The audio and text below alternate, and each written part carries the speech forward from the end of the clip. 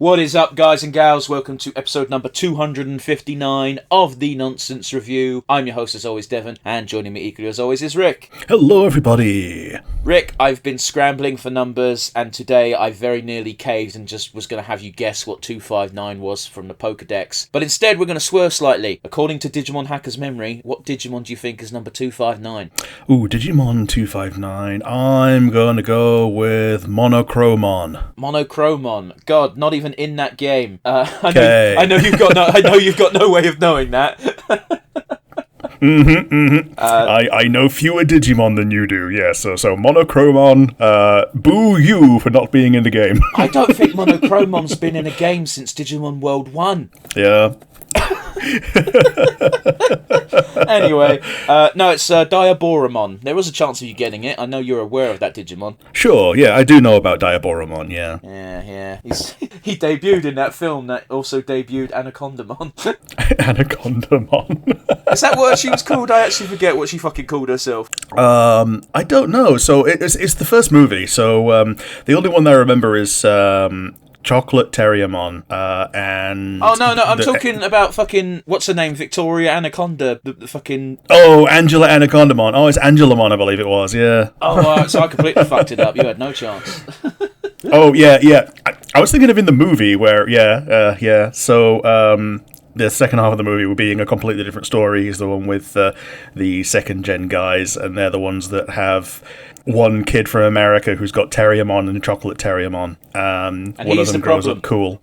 Yeah, one of them ends up cool, and the Chocolate Terriermon ends up becoming the evil Cherubimon. Yeah. There's subtext there that we shouldn't dive into.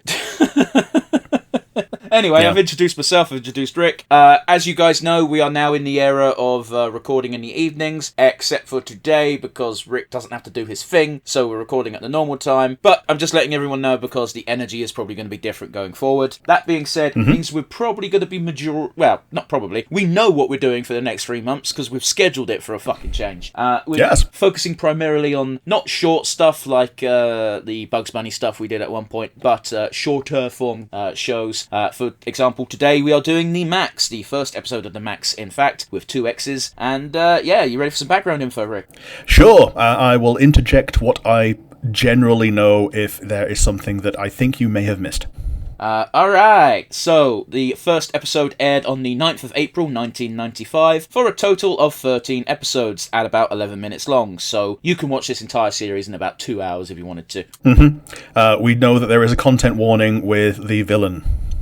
Oh, yeah, the villain's a rapist. Yes. Just straight up. They do not beat around the bush. They do not hide that fact. Yeah, they don't hide it. They don't do anything about it. It just is a rapist, and he also does murders.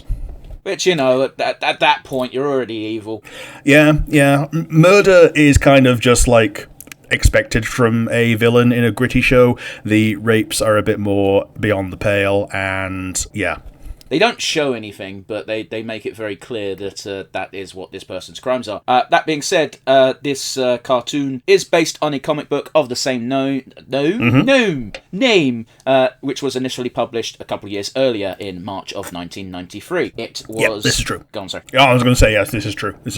Cool. It was written primarily by Sam Keith, who is also its creator. If that name rings a bell, it's because he's worked on quite a few comics, but probably the most well-known is... he is credited as the co-creator of The Sandman alongside Neil Gaiman and Milk Dringenberg. I think I'm pronouncing that correctly. Yeah, I believe these are in Image Comics, so things like the Savage Dragon were alongside them at some point. But I could be wrong. Possibly. I didn't dive too much into his comic book career because, quite frankly, it's comics that aren't in my realm of, I was going to say influence, but that feels like the wrong word.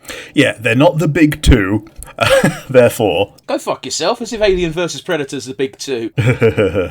Yeah, my 2 favourite comic series are not from the big two. One of them's from Dark Horse, who've probably got the biggest claim to being the third of the big two. I mean, they are. Yeah. They're number 3, and Dark Horse also did Alien vs. Predator for a long time. But yes, rather sadly, this Sam Keith fella actually passed away only a couple of weeks ago. For those of you listening in the future, he passed away on the 15th of March 2026. That's literally 2 weeks ago. Man, I didn't know that. Well, I don't think you knew the guy's name 2 seconds ago. No. Right, fair enough then. But yeah, he was primarily, basically, for the comic book itself, aside from being the creator of it, he was also primarily did the line work for it, so the illustrations, more or less. I won't spoil too much about the plot, but let me tell you, the plot summary I read was fucking wild. So, basically, there's two worlds. There's the world, and then there's the spirit world? It's not called that, but that's basically what it is. And for reasons that I hope will become clear, the spirit world is called the Outback, which is weird because that's just what they call the wilderness in Australia. Yeah, they call it the Outback, and it's a mindscape that just so happens to be Jungle Planet. Yes, and our main character is a homeless, I won't say crazy, but they're crazy, person in the real world, but they become this, quite frankly, amazing superhero in the Outback, and their main job is to, I say main job, they're social worker or psychologist. The wording was very unclear when I was on my deep dive. It could be either or both, because this was the 90s and those roles used to be somewhat interchangeable.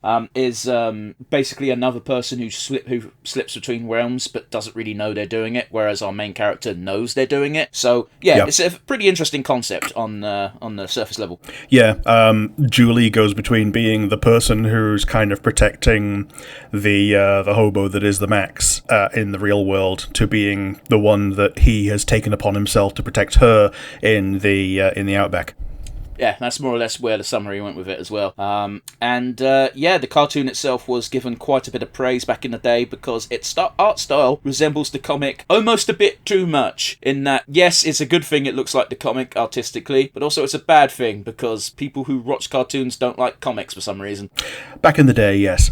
I mean, it's still fucking true, man. I guess so. But yes, as for the voice cast, no names really stand out to me when I read the cast list. I didn't recognise any of the names. Although, weirdly enough, while looking into the cast, fucking back in 2019, Channing Tatum announced that a film based on the Maxx was going to be made. Wild. Yeah, with Channing Tatum as a producer. Not just him, I've forgotten the chap's name, but he's a big deal over at Vertigo Entertainment, was also mentioning it. The last time this was brought up was in 2024, with Tatum saying in like an Instagram post that it's still in the works, and I don't fucking know, it's all crazy to me. It is, almost as if it's channeling the craziness of the main character. I don't think that's an apt analogy. No. It's just weird that I read the sentence, Channing Tatum wants to produce a film based off this. And the fact that came from 2019 makes so much sense, because that's pre-COVID, so COVID threw a wrench in a lot of fucking plans. It did. But anyway, I digress. That's about all I got from background information. Was there anything you wanted to add? No, the main thing was the content warning and the fact that it's a comic. And we were dealing with some 90s sensibilities. So you might see something that feels modern, but is very stuck in the mud with modern sensibilities. Oh, we are going to hear, like, the R word several times, probably. Oh, yes. But yes, with that out the way, those of you unfamiliar with the show, what we like to do before we dive into the review and the reaction itself is talk about our weeks and the goings-on in the wide universe. So with that in mind, Rick, how's your week been, buddy? Well, most of it's been consumed by the course, and that's all fine and good. Day 3, I was having a bit of a sad face. Day 4, we decided that, coding everything separately is a bad choice. We're going to do everything as a gang. So I've been hosting, and the people who are more apt and agile with coding have been telling me why things are wrong, which is actually a lot more helpful than me just kind of trying to Google everything and getting lost trying to build the educational house of cards. Oh my days, that's given me so many flashbacks to college, because I remember in college we had here's our teacher at the front of the class who's meant to be teaching us shit, and he gives us 2 sentences and then goes, alright, now do this, and it's like, cool, so I'm learning from Google. Awesome. Like, to the credit, they do actually give us some decent documentation, but it's a case of, like, you have to go through all of it to find the thing that you need, whereas Google sends you exactly to where you want from the from the list, you know? I'm just saying, I don't think this is a good way to educate people, but that is a different soapbox to stand on. I mean, the fact that they're dropping you in at the deep end, well, it's kind of shallow, because what they're doing is they're telling us how to do things the bad way, and then week 2 is like, okay, now that you've struggled with this, here's the good way. If you say so, man. That's all well and good, but your initial description was not that. Sure. The thing that I've managed to do out in the wide world is Solar Opposites released season 5 sometime in the past. Between me not watching it when it was new and now, they've released season 6, the final season, so I've watched season 5 and I'm halfway through season 6. I mean, I'm always happy when things end. Does that make sense? Yeah. Like when things choose to end, when things like predict and plan a trajectory for an ending and then stick with it. It's why I'm really glad that Vivian Madrano said that Has Been Hotel is like 4 seasons, and I'm like, that's great. She knows where the story's going. Yeah, and if she's doing something else, it'll be a spin-off rather than a continuation. Oh, don't get me wrong, I'd be happy to get more Haluvaverse content, but, having a plan and knowing that this is the natural stopping point is a good way to write. Yeah. At least for your eventual viewers. Yeah, true. All of these are true. So yeah, I've been enjoying that, and there's a real line in the sand of the first 3 seasons have Justin Roiland, and the last 3 seasons do not. Yeah, so I actually watched the first 2 seasons because we did one for one of our space months, and I was like, this is fun. It's got enough Rick and Morty to be funny, but not enough Rick and Morty that I hate it. I know, right? Yeah. And yeah, it's like all the fun parts of Rick and Morty, and the inter-family drama has the added layer of comedy of, oh, they're aliens and they're trying to emulate human society on top of that. Yeah. And my biggest gripe with Rick and Morty has always been with the fan base being obnoxious, and Solar Opposites doesn't seem to have a fan base. That's a horrible thing to say, but at least they're quiet and they keep to themselves. It sounds so shitty, but it's so true. Well, you know what I mean, though.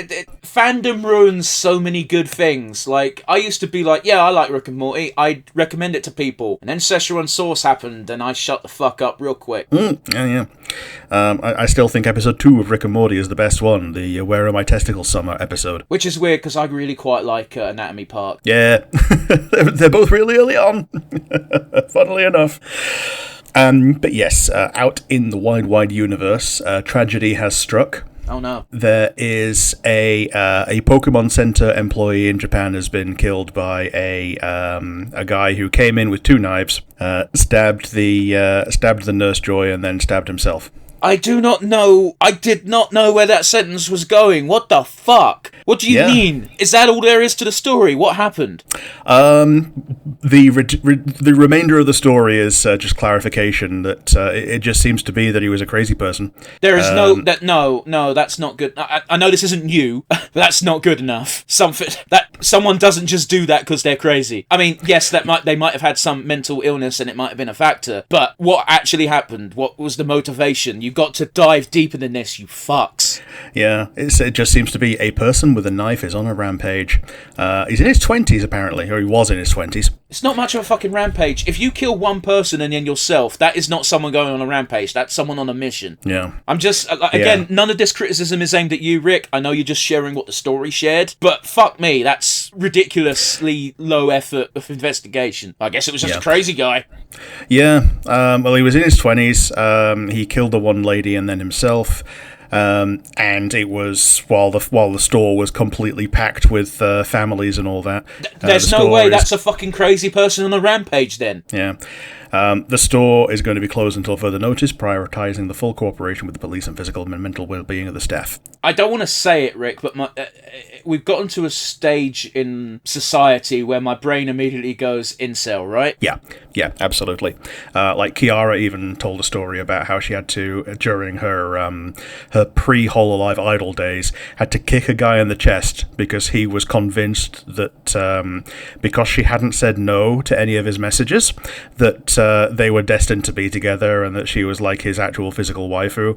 And when he climbed onto stage to give her a hug, she was like visibly disgusted, kicked him in the chest to kick him off the stage, and it seared into her memory the look of betrayal on his face. I mean, let's not beat around the bush here. Like, inceldom as I don't want to call it a community, but that's the word I'm going to use, is a thing that exists almost worldwide now. But let's not pretend that the idol industry itself does not cultivate this type of culture. Oh, yeah. It treats the rot as fertile soil. It's not good. I don't want to diminish Kiara's experience at all, but it's so fucked up in its entirety. And idle companies in general should take better care of their cash cows, for lack of a better term. Even if you see a human being as a cash cow, do you not want to protect that? Yeah. This was before HoloLive, obviously, so I think she was with Victor Entertainment at the time, but oh well. Another fun thing. Is this actually fun, or is this going to be depressing as fuck? RAM prices are coming down, which means that people that hoarded it are now very butt mad. And there's a picture of a warehouse in China where the guy is just in a rage, just like slammed a bunch of boxes full of RAM sticks, and they're just everywhere. It's very funny. It's the fucking scalper mentality all over again. Like, I remember when PS5s were highly sought after and scalpers were like, well, we got to feed our families too. And it's like, no, fuck you, buddy. Yeah, and he went on China Twitter to say, brothers, memory prices have taken a massive dive. We're stuck with it. We're doomed. We're screwed. Is there still any chance for the prices to go back up? Brother, people are going to buy it. They're just going to buy it when it's more affordable. People don't want to take out a mortgage to play the new fucking Grand Theft Auto. Yeah. And it was bad enough me getting a second-hand replacement stick for 5 times the price of what it would have gone for 6 weeks ago. And this is all because of AI, by the way, guys. That's not hyperbolic. The companies that have got exclusivity contracts with AI data centers have said we are selling it to them because they are buying so much of it at such a high price that fuck everyone else. Yeah, and the annoying thing is that they're the ones that are buying it in such high bulk that they can get bulk rates, which I don't agree with for things that are that should be competitively available on the mass market. But oh well, that's another can of eggs. I mean, at that point, you got to fight capitalism, brother. Yeah. I have 2 whole boxing gloves to fight capitalism with. One of them I put an ice bar in so you can get a real good wallop in before you get maced. Yep. And the last one is that Epic, after laying off 1,000 employees, are now singling out one of them that they laid off to go, oh yes, we're now working tirelessly to reinstate his health insurance because he has brain cancer. Yeah, I haven't been following this story, but I read this story, it feels like a couple of weeks ago, but it really was only just over a week, where companies are so routinely letting go of so much staff that it feels almost pointless to report on it. But this one picked up quite a bit of traction, as you say. Specifically, there's one employee who, I believe he's straight up on life support, isn't he? Yeah, he's the tumour's actively bleeding into the brain. So, yeah, the family, who should have been spending every possible moment with him, are now having to spend every possible moment figuring out how to pay for it. And, yeah, Epic have chosen the one out of 1,000 to decide, okay, we're actually going to make a big deal out about this one and virtue signal that we're doing the right thing for one of the 1,000. It's actually over 1,000. So when I say fuck the other 999, that's not even including the ones that are not included in the over 1,000 statement.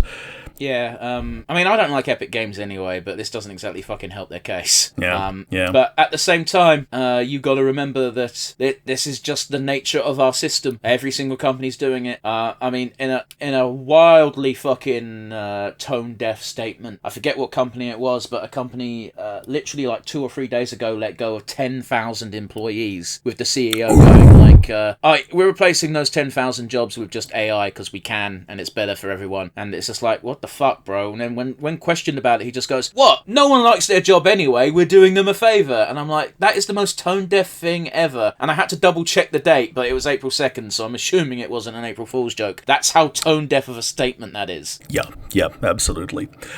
The other one, Chuck Norris passed away. He did so during our recording last week, pretty much. I didn't even write this down because I forgot it happened during the week. I kind of don't care. He's a piece of shit. Yeah, the best memories I have of Chuck Norris were back in 2006 when the Chuck Norris memes were front and center. Yeah. He doesn't go swimming. Water just wants to be around him. Yeah. And the last thing is, just in general, April Fool's Day. Did you find any fun ones this year? No, they're all depressing. Every single one is just like, here's this really cool idea, April Fools, and those are the worst ones. Yeah, the one that I will always hold it up as a gold standard of high-effort shitpost, but I will also kind of never forgive them for not making it real, is the Pal World visual novel. Oh yeah, you brought this up last year, I feel like. Yeah, that's because it was new last year. Last year it was Pal World, more than just pals, and it actually looked very fun. But no, it was April Fool's. And this year we had two from Nikkei. One of them is the actual April Fool's event, which, again, they put a lot of effort into these. This one had you use a temporarily fresh character who only shows up in this event. You can only play it in this event. You can't get them forever. To go on a rampage against the heavens. Is it fun at least? Well, I mean, it's normal Nikkei gameplay where you have the one character and you just do your kind of light gun style. I meant, is the character battles. OP enough that it's just a fun segment to play? That's all I meant. Oh yeah, because they have to solo everything. Yeah, cool, awesome. That's all I needed to know. So if they did release this character, they'd have to tone down the numbers. Funnily enough. And the other one that they released was a preview of the open world Nikkei 2, where, man, it looks so fun, but it's probably just a mod of like Stellar Blade or Monster Hunter or whatever. It's just a mod of things that they've already made. Like they didn't make Monster Hunter obviously, but they did make Stellar Blade. And yeah, the characters are very anime looking, and they've got a full 3D Monster Hunter style fight with one of the iconic bosses from year one. And you've got a full party. And generally, the thing that makes it very obviously an April Fool's, number one, is that one of the characters is drawn as that little shitpost potato creature, which you've probably seen out in the wild, but maybe not connect it to Nikkei in particular. And the other one is that he says, oh yes, we need a lot of time to realize this. We now have a 2036 release schedule. Nobody says a 10-year release schedule. They just don't say one. I'm just saying right now, they've got the opportunity to do the funniest fucking thing ever. Yeah, and actually do it. For 10 years, they make the most well-polished open world game ever, and then they release it, and everyone's like, you guys were fucking serious? Who? What? When? Why? Yeah, release it on April Fool's 2036.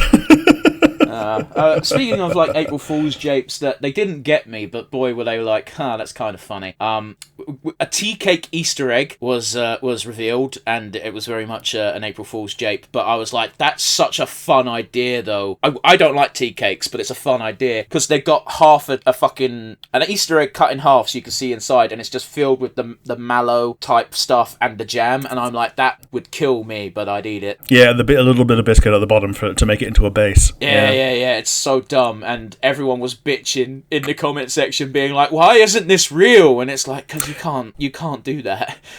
Yeah, Tea Cake Mountain. Yeah, that's too much marshmallow fluff for one man, and they may say serving suggestion 1/8 of one of these, but you know that 1/12. Yeah, you know that some fat fuck is just going to eat the whole thing top down. That's what Easter eggs are for. If you're one of these fucks who's like, I have a quarter of an Easter egg and that's a serving, you're fucking the reason why people can't have nice things. Yeah. But the other joke that I didn't fall for, but I thought, oh, that'd be funny, is it was on the Sabaton subreddit where they said, with the successful release of the single Yamoto, they are now doing a 5-song LP, which is already a weird number to choose, of battleship songs, and then they list 3 legitimate battleships that they're going to make songs out of, and to top it all off, they're going to do a cover of In the Navy, and I'm like, that would be so good though. Yeah. That'd be so funny. Oh, just Joaquin with that deep fucking voice singing In the Navy. Shit. Yeah, man, it would be good though. Oh.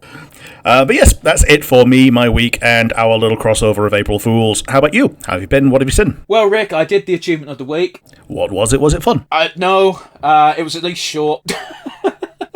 Sure. It's the redeeming factor when something isn't fun is at least it was short. Yeah, here's the thing, Rick. At the end of the day, I'm doing this to myself. I can just look at the achievement and go, I don't want to do that, and not do it. But I told myself at the beginning of the year, because it's my first proper year on retro achievements, I want to do it at least once. So that's why I'm putting myself through this bullshit. The achievement of the week is called You're Safe Now, Young Master, and it's from the game The Maid Fuku to Kikanju. The Maid Fuku to Kikanju. Okay. This looks like a shitpost game.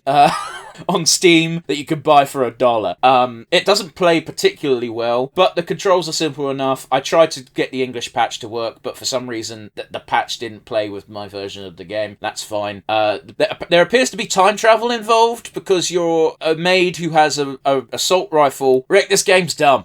Okay, do you travel back to when assault rifles weren't real and it becomes a bolt action? I don't know. Okay. However, if you use the assault rifle in fully automatic mode, you will most assuredly lose the game because you spend too much bullets and don't have enough to fight the boss and then have to use a sword. Yeah, sure, fair enough.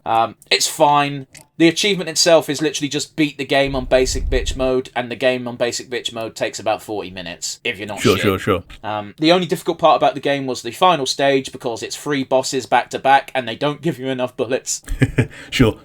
So yeah, the reason why I bring up the not enough bullets is you've always got a melee weapon in your sword. However, trying to hit bosses with a sword is a risky endeavour. Yes, unless the game is built around a character that very definitely has melee capabilities front and center, and the mitigation that is required, then yeah, using melee in a shooty game is usually bad. Well, it's one of those. Anyway, I lived. I got the achievement. It's done. I'm never touching that game again. It's a Japanese exclusive game, which appears to be from a series that just releases shit games. Like, this was like number 108, and I think it goes up to like 212, and these are all Japanese exclusive bullshit, just waste your time games. Yeah, true. Sorry, I don't mean to diminish the hard work of the people who worked on these. It was like, well, this was PlayStation 2, so it's not like it was like even the 90s. Fuck. Yeah. Anyway, I digress. In other happier news as to what I did this week, Rick, I beat Mario Mon. Did you? Yeah. I remember this. I remember you saying that you started it. I started it as well at the same time, and I've not touched it since I started it. But at least I have a save file now. That game is really fun. It's really lovingly made. I loved every second. Fuck that Elite Four. Yep. Now, I want to point out, the Elite Four isn't actually that bad. My problem is, I never got an Ice or a Fairy type fucking Mariomon in the entire fucking game, which made 2 of those fights incredibly annoying. Can you tell why? Yeah, I'm guessing that, for Fairy, that's fighting, dragon, and, what's the other one? Dark. And for Ice, it's dragon, ground, ice, flying, grass. Yeah, I'm guessing that there's like 15 Garchomps. Not quite that bad, but it was annoying. And I don't want to spoil the twist for one of the Elite Four members because it's quite a fun and amusing twist. But their strategy is annoying. I'll put it that way. Sure. And again, I'm not exactly a Pokemon ROM hack guy, which means my exposure to Pokemon games is legitimate Pokemon games, where the base game is so fucking easy and the trainers don't know what they're doing that having to actually work in a battle and have synergy with your mons is a foreign concept to me. Yeah, this is why I recommend things like Clover, because they've built it around an active brain, despite the fact that the surrounding humour is pretty much the very definition of pre-brain rot, brain rot. I don't want to play Clover because it was made by 4chan. Easy enough. What do you mean easy enough? What does that mean? An easy enough decision to be made in good faith. Yeah, fair enough. And I know that sounds like a harsh thing to say, but like, I've been on 4chan. I didn't used to message, but I used to read message boards back in the early 2010s, and then I went, this is only really good for the adult gift board, and I will elaborate no further than that. Yep. And it's not a good place to be at all. Yeah, I was mostly only active on 4chan when what has become the current culture was an in-joke, and I forget which law of the internet it is, but it has very much taken place on 4chan, where people weren't aware that was a joke and took it at face value and have run away with it. I mean, don't forget the politics board was literally like engineered by fucking Epstein of all people. That's just a thing that's come out in recent times. So yeah. You really shouldn't support that website anymore if you can help it.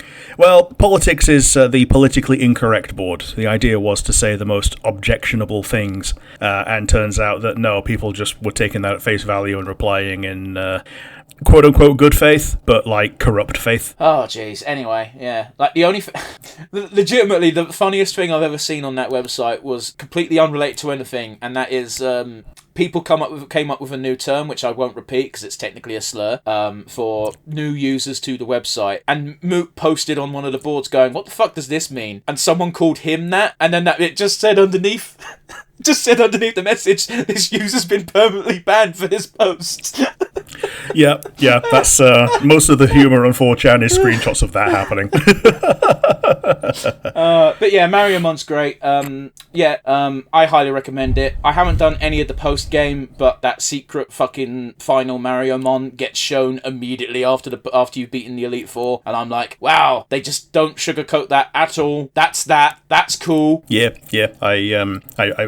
I really want to use that mon. However, it's so super post-game that it's basically Mewtwo, and there's nothing to do after that. There's stuff to do. There's a quest that's gets put in your journal straight away that tells you to go around all the gyms and refight all of them. Yeah, true. So that's going to be interesting if I ever do it. I say if, because that's a big if. Mm-hmm. But yes, in other game news, Rick, I both purchased and played Cult of the Lamb. Ooh, cool. This was something that was going to be... It was in danger of getting removed from the internet forever during the...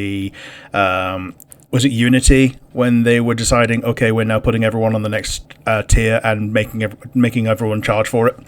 Cult of the Lamb's dev says, well, if that's going to be the case, we're just going to remove it from the internet. And you know what? Fair fucks to them. We're so far removed from that event, and Unity have done such a good job of just pretending it didn't happen. I forgot that even happened. Yeah, they've swept that under the rug pretty hard, haven't they? God damn, and I remember that was a fucking outcry immediately, because it was bullshit. Yeah, and it hurt indies a lot more than anyone else. Yeah, I mean, yeah. There's no way of sugarcoating it. But anyway, Cult of the Lamb. It's been on my to-do list for a long time, because it's always looked a bit cutie. I'm like, what the fuck is this game? I didn't really know what I was signing up for, but let me tell you, boy, does it start strong. You boot up the game, and I wasn't expecting the game to start with your character, who's this really cute, adorable sheep, kneeling before 4 elder gods, and they're like, we're going to chop your head off now, and then they do. Yep, you get sacrificed and resurrected as their avatar. Are you playing it as good guy, bad guy, or somewhere in between? I'm playing it as a good guy because I don't have an evil bone in my body. That being said, they don't reincarnate you as their avatar. There is a secret fifth god who... Oh, yes, there is, isn't there? Yeah, that's the one that you're the avatar of. Yeah, and he resurrects you and they resurrect you and say, hey, you know those 4 fucks that killed you? I need you to kill them. And you're just... It gives you a choice, Rick. You have a choice to answer its question, will you serve me and kill these 4 other gods? I guess they're technically bishops, but whatever. And your options are yes or absolutely. But yeah, I'm playing it good in general. However, there are some decisions I make where I'm like, I know this is technically the evil option, but like from a pragmatism point of view, this just makes sense. So, like the first Law and Order branch, you got a choice of, I forget what the good option is, but the bad option is, hey, if you got a dissenter that won't shut the fuck up, here's an option to murder them in their sleep. And I'm like, cool, I'm going to take that one. Yeah. And then you've got a source of food. I've never done that. I cannot bring myself to do that. In fact, you bring that up, you've got the sustenance route, and the first choice of sustenance is Way of the Predator or Way of the Prey. And Way of the Predator is you no longer suffer ill effects from cannibalism because you basically become a cannibal cult. And the other one is you no longer suffer negative effects by eating grass. And I'm like, I'm going to pick the grass one. Because cannibalism is a personal ick of mine in that I just cannot... Yeah. And listen, I'm not knocking anyone who's been in an extreme survival scenario where it's that or die. I get it. You don't want to die. But to just casually choose it is something that just feels rotten to the core. Yeah. Yeah, absolutely. Like it's such a distinction that I know for a fact that Russia has 2 words for it. One is I did this because I had to or I die, and the other is I do this because I'm evil. Yeah. It's the necessitous cannibalism versus the elective cannibalism. Yeah, it's So yeah, I avoided that route. I've killed 3 of the elder gods. The god bishop people so far. I've got 1 left. Although I've got to be honest with you, the game has got some weird numbers going on. It doesn't say 75% done, it says like 57, and I'm like, I'm gonna have to kill the god that resurrected me at the end of this, aren't I? Yeah, something along those lines. It certainly feels like that's what the game is building me up to. Yeah. Is there DLC for this? I think there is, isn't there? There's a bunch of DLC, 90% of it is cosmetic, but there is an actual expansion called Wallhaven. I haven't bought it. I might get it once I've beaten the base game. Maybe. Yeah. But yeah, it's a 50-50 split between roguelite and just straight up Connolly sim. Yeah, sweet. Yeah, if you've not touched this game, I recommend it. It's like 15 quid full price, and I got it at half off because I'm a stingy bastard.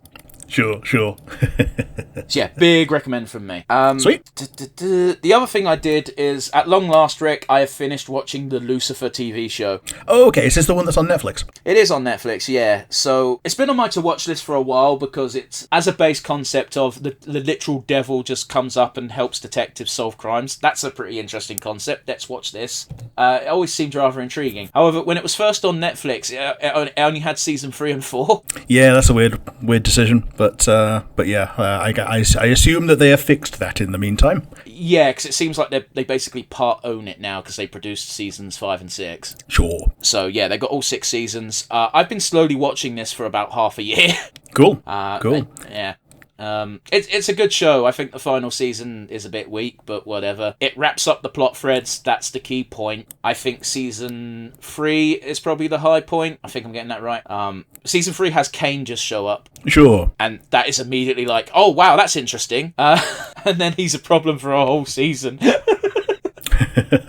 Go figure, right? Yeah, the first murderer. Yeah.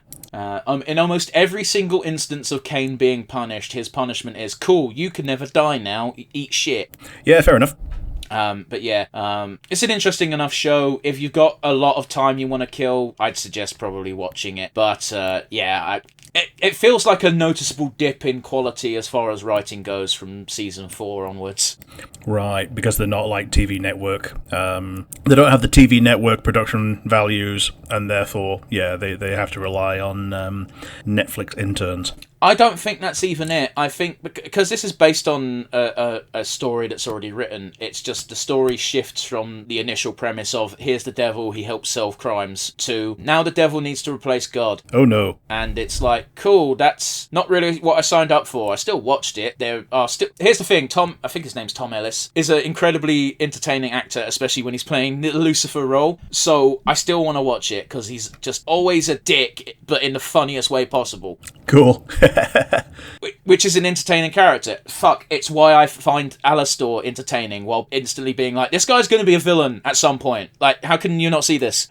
Yeah. Sometimes something that is very obviously going to go wrong is still fun to watch in the middle. Oh yeah. As it's going on, yeah. Anyway, like I said, I kind of recommend it. I pretty much watched it because, like, you know, people listening to this might not know this, but Rick certainly does. My work is an evening shift. I finish at 10 o'clock at night. I want to eat something. Cooking takes time. I want to watch a TV show while cooking and then eating. And a show that has 45+ minute episodes is perfect for that. Yeah, totally. So yeah, if you've got time, recommend. If you don't have time, you could probably skip this. Yeah. Ready for some news? Let's go. Holy shit, Rick. Humans are on their way to the moon. Yeah, we're going to the dark side of the moon. Artemis 2 launched on April the 1st, which is the worst possible day to launch a fucking rocket. Okay, but at the same time, when you look at the age range of both the people on the ship and the people launching it, it makes perfect fucking sense why they chose that date. Yeah. But yeah, they're currently in space. They're on their way to the moon, and I'm like, fuck. Yeah, it's 4 days there, 2 days in orbit, 4 days back. So it's a 10-day mission. That's amazing. And, you know, it's been so fucking long since we sent people to the moon, which, I've got to be honest with you, it's not something I really realised until they sent this ship up, because, yeah, I guess it has been. Yeah, I don't think they're... I don't think they're actually landing, are they? They're just going to be orbiting around on the dark side, right? Yeah, they're basically... My understanding is they're basically doing a lap. True.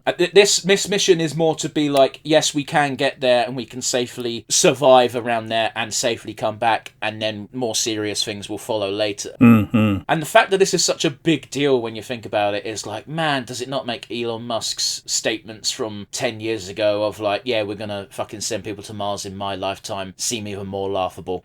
Yeah. Like, oh god, I fucking hate that piece of shit. But let's not put a downer on such an optimistic story. I'm looking forward to more space stuff happening. So yeah, there's that. That's good news. That can only be spun as a good thing. Yes, absolutely. Meanwhile, Rick, Easter is ruined. What's happened? 12 tons of Kit Kat has been stolen.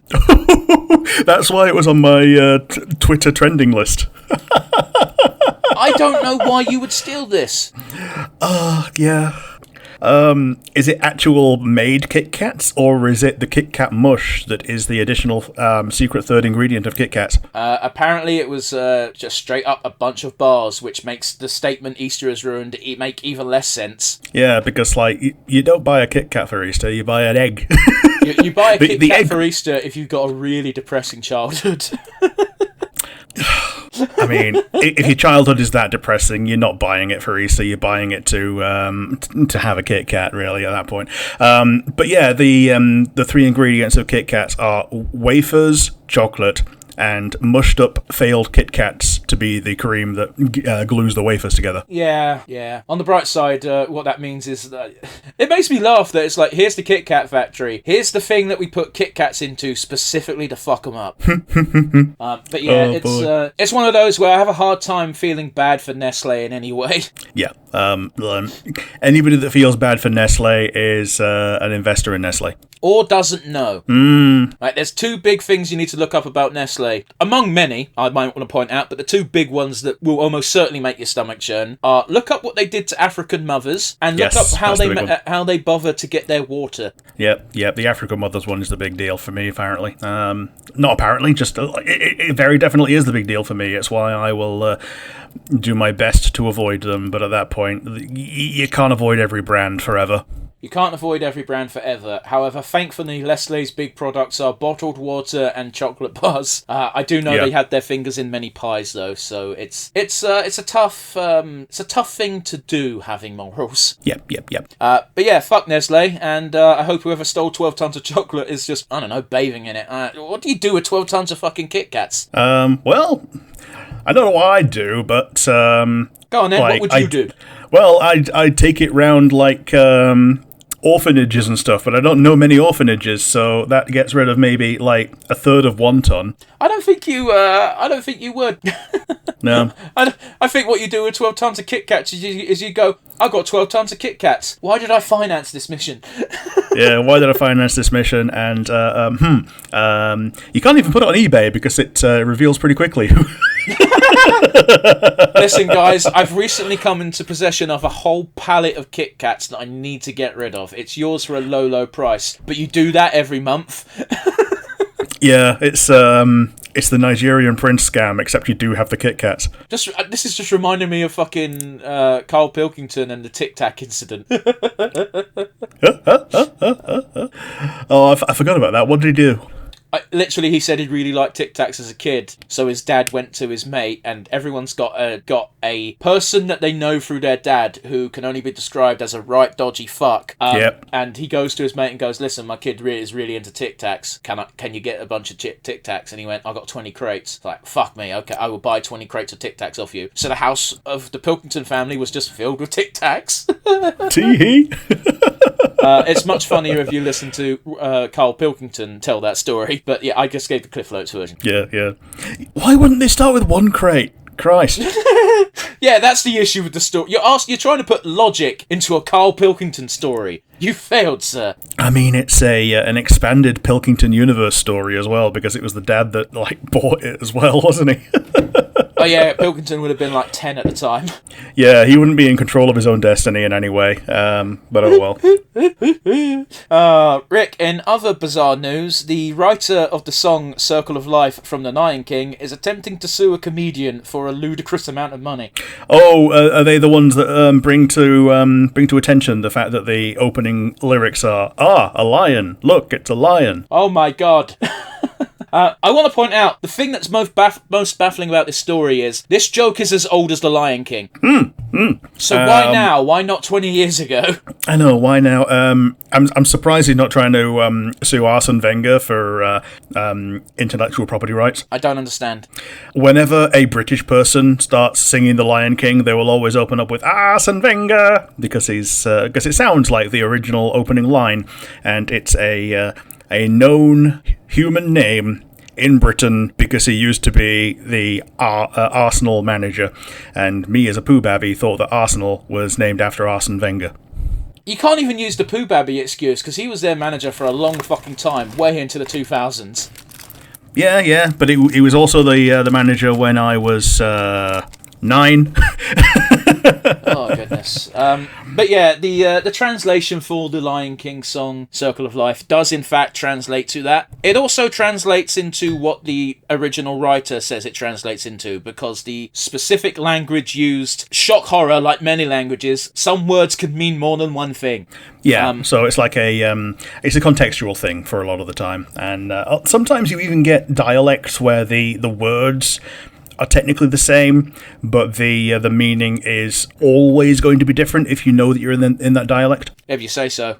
Quite frankly, linguistics has never been a strong suit of mine.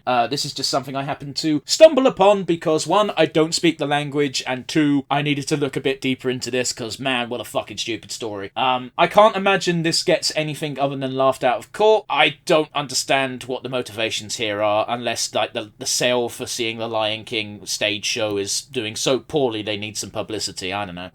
Yeah, because I think it's going on tour. Like, it's going to a lot of places, like in the not so distant future. If that's the case, then that seems like the perfect angle, doesn't it? Yeah. I know Shrek is also going on tour as well. Oh, who gives a fuck? Like, I'm sorry. I think that The Lion King is a bit more culturally significant than Shrek. And yes, I know that might be incorrect to say, but I don't care. Oh, jeez. But yeah, it's a ludicrous thing to do. Also, if you've not seen this particular comedian tell the joke, his timing and cadence for the joke itself is so fucking funny that I don't care that it's not an original joke. He tells it incredibly well. Yeah, fantastic. The last thing I have on my list, Rick, is something that we're circling back to from either last week or the week before, because we're talking about Commissar Yarrick. Oh, yes. Gazgul is back. Yarrick is back. Gazgul gets his wish. We spoke about that bit already, Rick. Yes, we did. But what are you talking about that's tangentially related to Yarrick? We found out how Yarrick survived. Oh, okay. So Yarrick had his big confrontation with Gazgul. Gazgul effectively bopped him on the top of his head, which, if you know anything about humans and anything about orcs, that's already bad, but Gazgul is the biggest, baddest, bestest orc, and Yarrick is still just a very old commissar. So that ended the fight. Yeah. Yarrick died, air quotes. Gazgul fucked off. Turns out that when Yarrick went to confront Gazgul, he didn't do it on his own, because he's not a fucking idiot. He was accompanied by Space Wolves and I believe Black Templars. Fuck the Black Templars, they're not important. The Space Wolves had a Rune Priest with them. Okay. This Rune Priest went up, decided that after Gazgul fucked off, he went, let's check to see if that guy's still breathing. Probably not. Oh, fuck! Okay, so is he now the first non-marine dreadnought? Is he, or did they rune magic him back to life? The details are unclear, but effectively extensive surgeries were made. His face got reconstructed. That's how badly he got fucking crumpled. Basically, he's back from the dead, thanks to mechanical fuckery. And the Rune Priest straight up said to Yarrick, "Sorry, old man, you're not allowed to die yet." And Yarrick's just kind of like, "Alright, fuck it, we ball." But fuck all that, Rick. Perturabo's back. Oh, okay. Yeah, did you have that on your bingo card? Because I fucking didn't. No, but, as soon as the lion came back, we knew that we were getting them all. Well, we can't get all of them, but we can get pretty damn close. Yeah, it doesn't matter how far gone someone is, if Daddy Money decides, okay, this is going to cause more money. There's two they can't come back without causing an actual uproar, and that's Horus and Sanguinius. Yeah. But with Perturabo, it's very weird because, I don't know much about Perturabo, but I know one aspect of his personality, and that's what makes his reveal kind of weird, because he appears to have become a greater demon. Yeah, and they don't like that. Yeah, Perturabo is very much not a fan.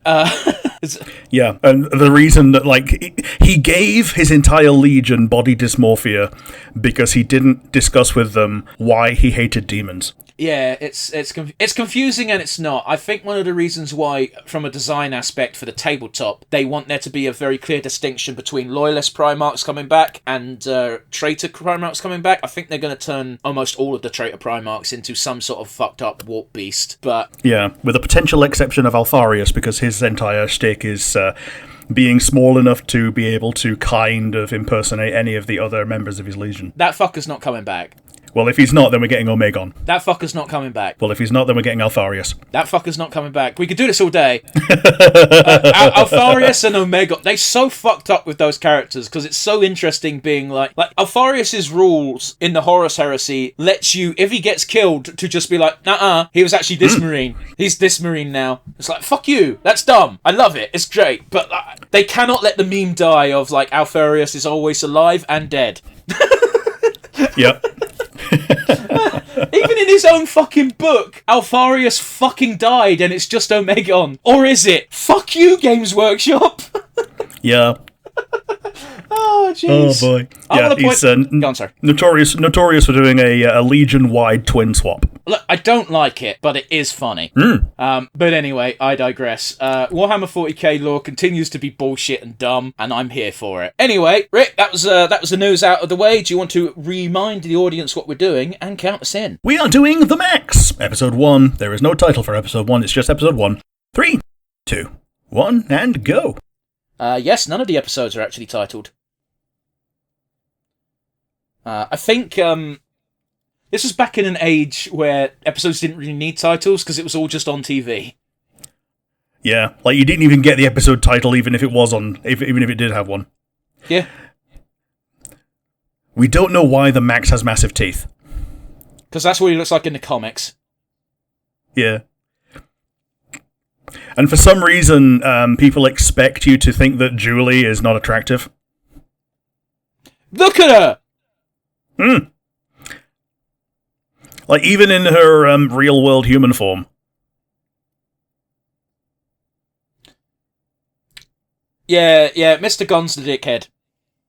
Yeah, he's the dickhead and the narrator of this part.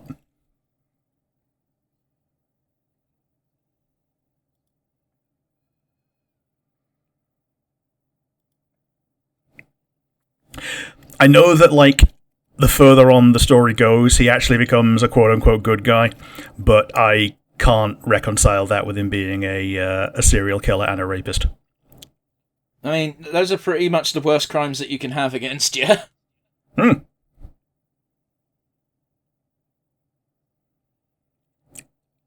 Although, that being said, one of the genres this is listed as is dark comedy, so... Yeah, the fact that he opens his thing, well, he ends his thing with, nah, screw it.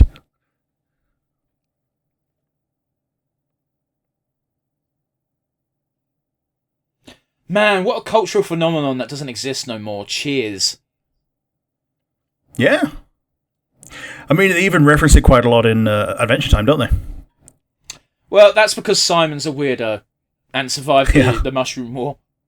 Yeah. Yeah, a lot of these are just, like, straight-up comic shots, really, aren't they?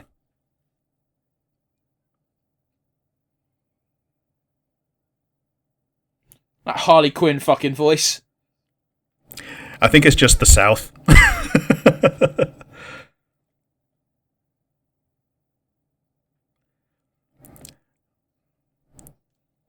Oh, this background waka waka. This is very gritty 90s, isn't it? We know that something's about to happen.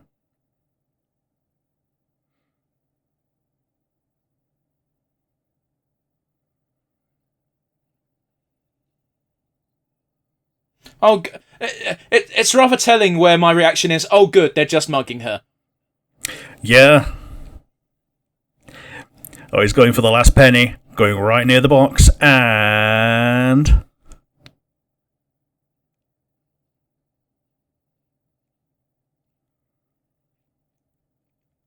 What a cool transition. How can you not find that interesting? It's very cute. Cute is not the word I'd use, but fair enough. Sometimes it's police. Oh no.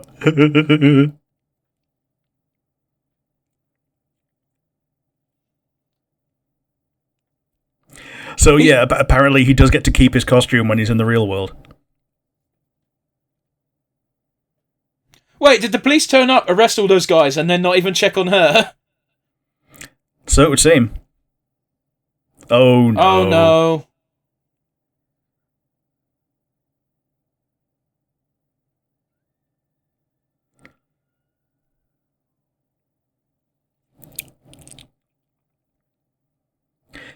What the fuck is this rotoscope shit for no reason? Yeah. Yeah. What a pair of idiots. This feels like a Newground shitpost. It does a bit, yeah. Like, there is a mix of fucking art styles going on right now. Yeah, there is. Like, the Max's JPEG is just, like, slowly descending.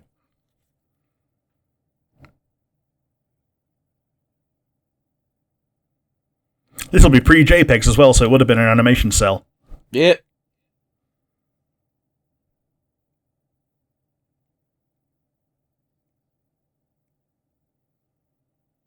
What the fuck is up with his boots? I think it's his leg. Well, no, because his leg... That's not all of his leg. Yeah, but I think, like, his costume kind of gets shredded and ends, and that's some, like, gore on his leg. Gore isn't usually brown. It is when it's kind of started to scab.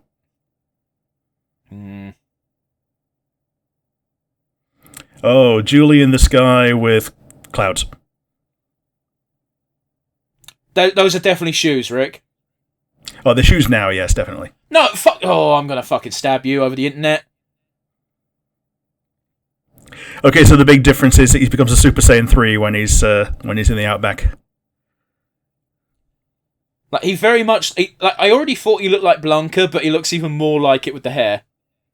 Yeah.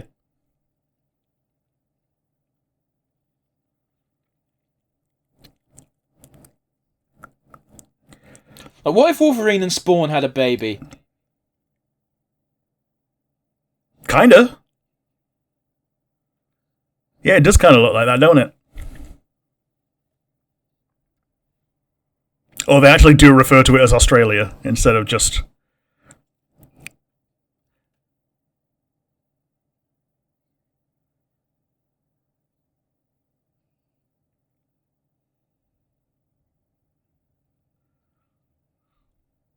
I mean, I would. Just saying. I mean, totally. Totally. Oh, Queen of Valhalla, sit on my face! That is a joke I stole from Funhouse. Fantastic. Oh, the fishnets. Oh, that's a me problem. Oh. So this is what he actually looks like in the real world. Hmm.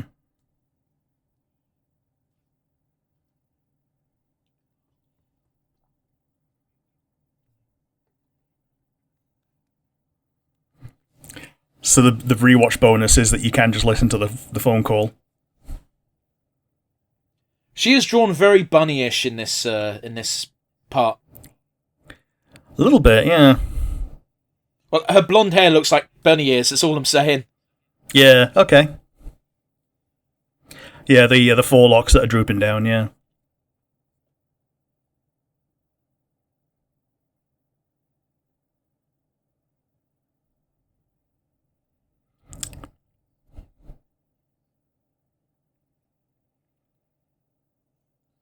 I absolutely love the this end up upside down. Mm-hmm. It is an interesting way to dress if you're meant to be a social worker, right? Yeah. I think she's trying to own the fact that she's a former victim.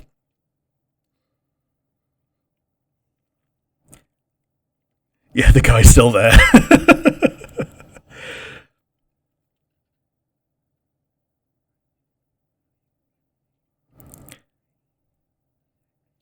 That's just straight up evil, right? Absolutely.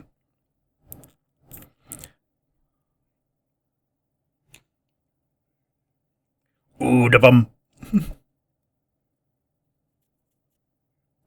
Never call you that to your face. Yeah. Oh, okay. I guess that old guy in the office wasn't Maxx then, because they've got the purple guy in lockup already, which is weird. Yeah. Yeah, I think he never gets shown without his mask. Okay. I've never seen it. I wouldn't know.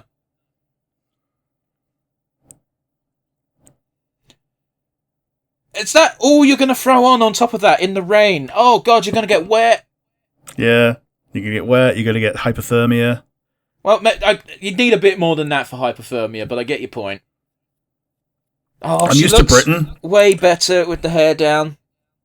Like, I think the same thing about a lot of people, but oh well.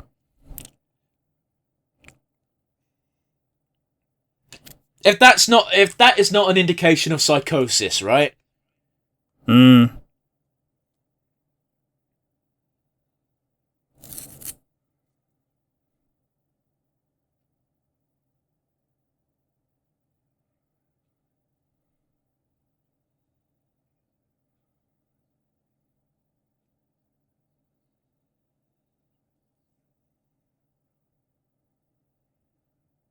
You are super out of line. Definitely out of line. Yes, you see, it's your fault for dressing like that, and not the dickhead's fault for just doing it because they're evil. That can't be good. That can't feel good to write on, right? No. Well, I think we've all tried writing on wet paper in the past, haven't we? But what a sad, damning statement. I'm sure we've all written on wet paper before. Yeah. Yeah, I think we've all, yeah. had not had enough money for a dry piece of paper.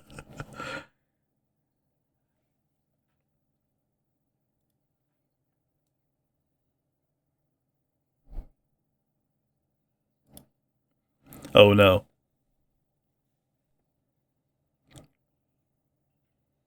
This is not how you would handle a prisoner release. Let's give the person bailing them out the key and trust them to do it. Well, I suppose it just gives you the option for them to have a bit of heart-to-heart while he's still imprisoned.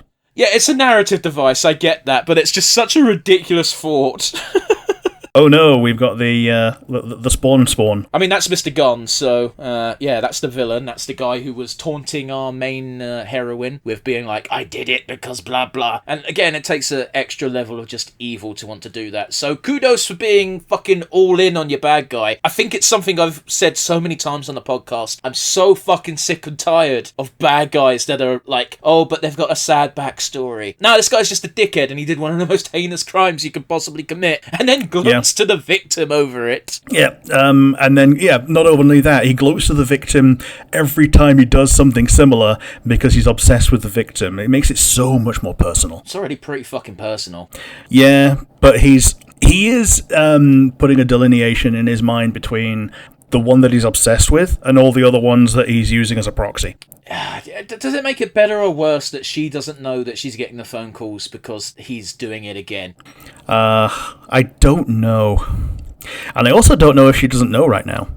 Well, I assume she doesn't know that he is that when he rings her, it's after he's done the deed again, because unless he tells her, which he doesn't appear to have done, she's got no way of knowing that. But you know that old saying of ignorance is bliss, right? Yeah, it's a very much applicable right now. But that was the first episode of the Maxx with 2 X's. What did you think? It was very stylized. It got most of the story, established straight away. We didn't get to see much action, but that's okay, because it was an establishment episode. There were a couple of shots where it just felt like, okay, the animators didn't want to try this time, like when the Maxx was curled up in the back of the police car, just having his monologue. Yes, but at the same time, if that's taken one for one from the comic book, some might argue that that is a good way of doing it. Yep. Yeah. Do you have anything to add? I think, like, despite the fact that the setup itself is like a horrific world and we're focusing on a horrific villain, it's actually kind of a fun setup, for lack of a better term. It's very stylized. Like, they've got a mismatch of art styles for different things. I absolutely adore the polar opposites of the real world being dark and gritty and cut to the outback, and oh my god, everything's so colourful. It's such a simple technique, something that's covered very... It's like basic, bare bones, everyone knows to do this, and yet it feels like we see it so fucking rarely. Yeah, it's like eternal daytime versus eternal night. Yeah, it's like, here's Gotham City, here's Eternia, we're going to put them together. Which one's the good place? yeah. But yeah, it was a very fun visual clash, for lack of a better term. And yeah, it's hard not to like Maxx. Like, yeah, he's clearly rough around the edges, but he's just keeping to himself. And then when he gets involved in a scuffle, he's the bad guy.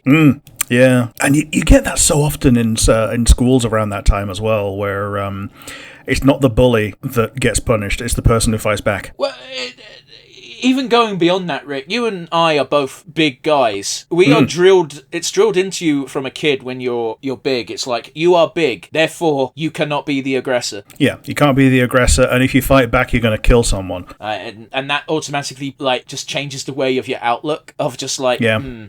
And it also means that the vicious little shit that learns this immediately realizes that you can't fight back. It's also what makes it really satisfying watching that fucking Australian video of that little shit fucking constantly slapping the big kid, and then the big kid just fucking power bombs him, and it's like, yeah! I wish I did that when I was 6! Yeah, it's like, pick up, put down, throw.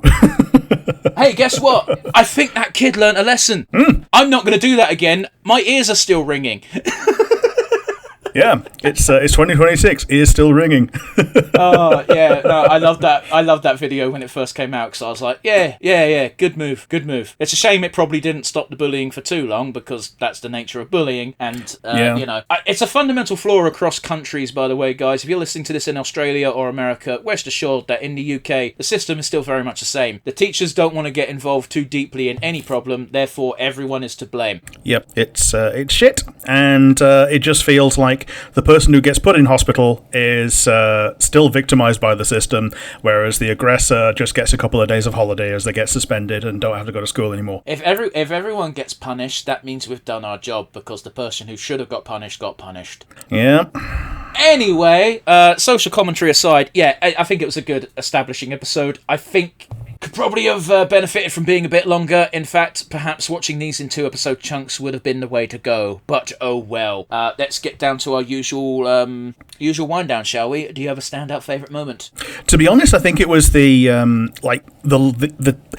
multiple conversations that Julie was having, and the juxtaposition between having to react to Mr. Gon and then being able to flip on a dime to the chief of police. Like, I would never call you that, and then putting the hand over the receiver to your face. It's so real, though. Like, in that way that I think everyone can relate to. I'm having 5 conversations at once while 2 tasks are on the go. Yeah, like, it really paints her as like the real protagonist of the real world. For what it's worth, from what I read of the plot synopsis of the comic book, she does basically turn into the proper protagonist about halfway through.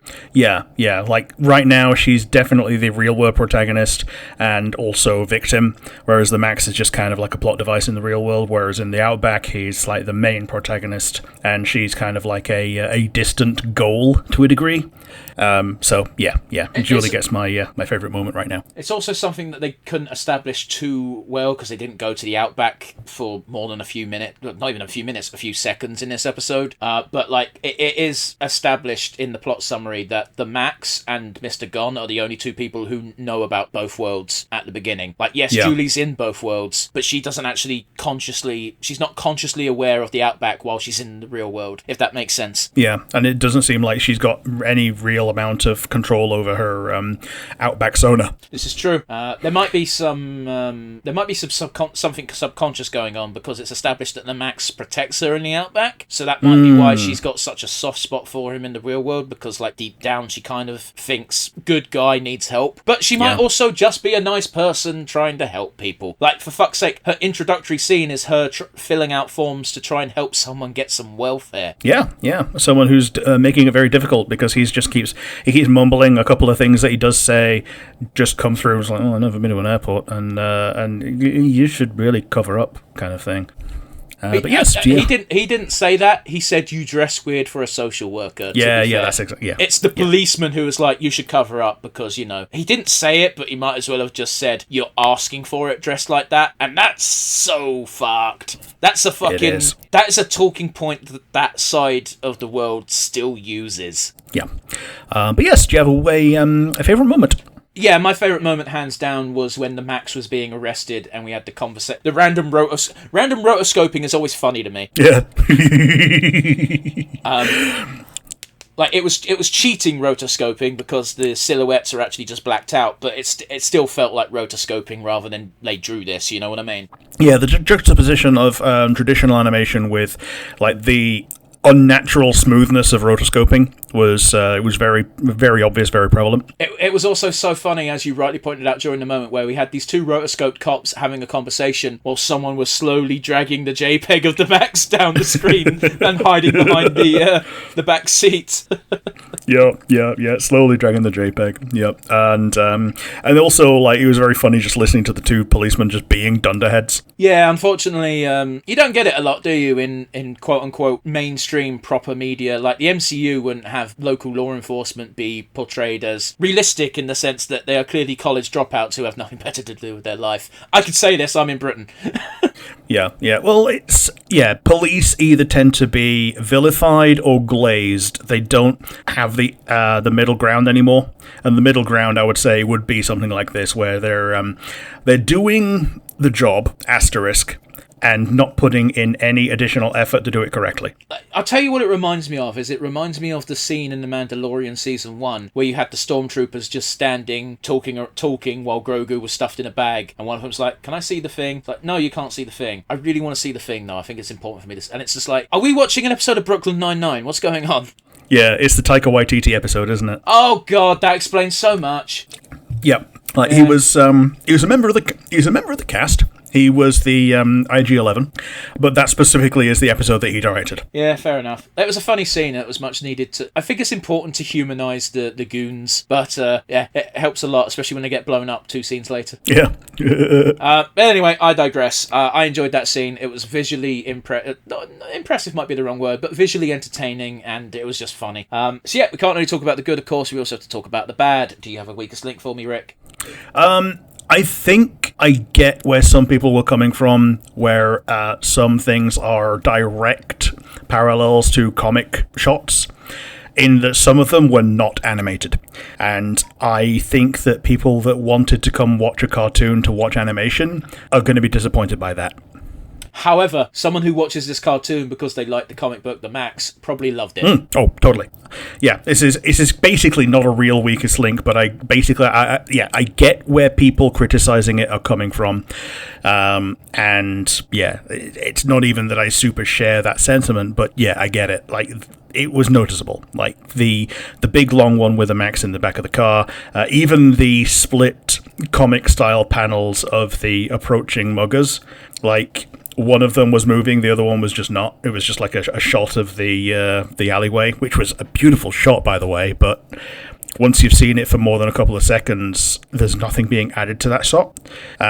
So, yeah, it's a bit of a weak link, but that's mine. How about you? Do you have a weakest link for today with the Maxx? I think my weakest link is also going to be a weak link, and it's kind of the point where the city is so comically fucked up that it's hard to be believable, but it's also a stupid comic book world, so it's not meant to be, and I get that. But it's like when I watched The Joker, the first one. I didn't watch the second one, and it's just like, Gotham is so comically fucked up that, yeah, no wonder people snap every fucking day here.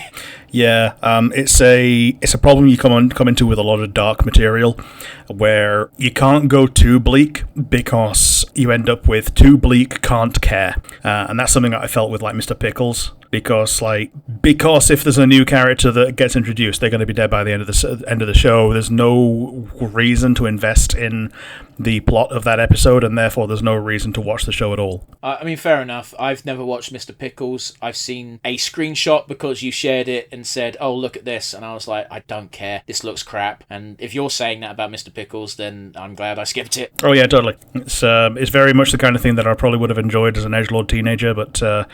yeah, I see the flaws. I mean, you bringing that up, it's actually the way I managed to get myself to do a dirge run on Baldur's Gate 3, because I don't like being evil in video games, because I like it to have the good ending where everyone is happy and everyone wins.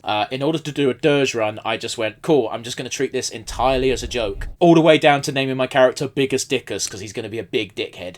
Yep. Another friend of ours named their character Dirgy McDurgeface. Sure, that whatever works to get you through the pain. Yep. My dirge run started before you could get both Halcyon and Minthara as well, so it was basically my Minthara is my only reward for this dirge run kind of idea. I mean, same. My dirge, my actual embrace. When I say dirge, I mean embrace ending, like full on. Not even fucking pretending to sugarcoat it, just all in. That was the run where I tried to do the one level in every single class because I was like, well, I'm going to get the Slayer form and I'll just use that. And then you told me just put it on a fucking follower, and I felt stupid. Well, to be honest, I tried doing that as well. I got to about level 5, and I was like, "This is miserable." Level 5 is also the time where your Eldritch Blast splits, so you could have a functional character who just uses Hex Eldritch Blast, but meh. Hey, guess what I was doing? Yeah. That plus Barbarian. I wasn't even smart enough to include Barbarian. I was just Warlock, the free spell. My character was squishy, that's all I'm saying. Yeah. The Slayer form was much needed, and it still didn't carry me very far after that. It's like I was in Baldur's Gate by the time you gave me that advice, and I immediately respect and just did it your way, because I'm like, fuck doing this for 3 more levels. Yeah. Anyway, I digress. Even though the 3 levels are the quickest once you're in Baldur's Gate. Yeah, but the stuff in Baldur's Gate is hard. Yeah, but you got Minthara. She's not a fucking problem solver just like that, Rick. Paladins generally are, though, but yes. Also, if you're playing Dirge, a lot of your stuff is just, I'm going to kill the thing before doing it. Plus, we didn't have Minsk or Jaheira, which means no Minsk questline. Anyway, as I said, we digress. Be all end all. Let's give our MVPs. Who are you giving it to today, Rick? Do I want to give... I can't... In all good conscience, I can't really give it to Mr. Gone. So yeah, I'm going to have to give it to Julie. Like, she was my favourite moment, and she was basically the real focus of the episode. The Maxx was there, but he was kind of like a downtrodden, broken hero, and Julie was able to both encompass both caring for him in the real world and also being victimised by Mr. Gone, and control both the best that she can as essentially a nobody. I mean, that's just it, isn't it?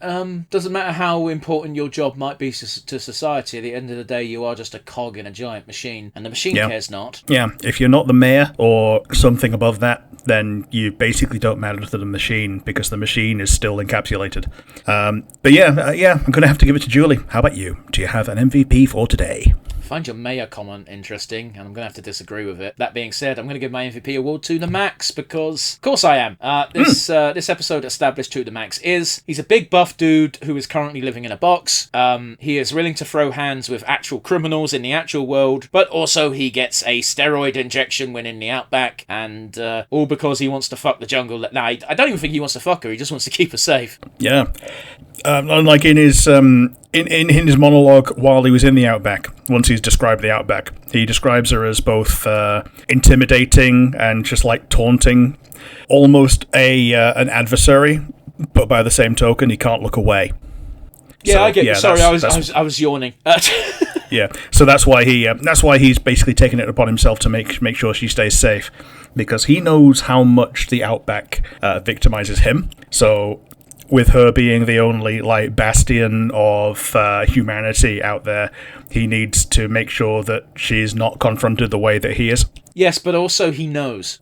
He knows that she is both people. Yeah. Because again, he's aware of the world and the outback. He's aware of both existences. He's not stupid. True. Although he clearly has a tough time putting away the Maxx persona, given that he dresses like that even in the real world. Might even be the reason why he's homeless. I don't know. Maybe so. Because it would, and yeah, like, homeless is pretty much the best place for someone like that to be, because they would probably end up homeless pretty quickly if they were doing that day in, day out and getting arrested all the time by the police. He can't even pay his own bail. No, he has nothing. Yeah. We don't even know what Julie gave over as bail, because it's in a sealed envelope. Assumedly, it's a couple of bucks as a bribe, but we don't know that. Yeah. It's that's the assumption, at least. Yes. Yeah, who knows.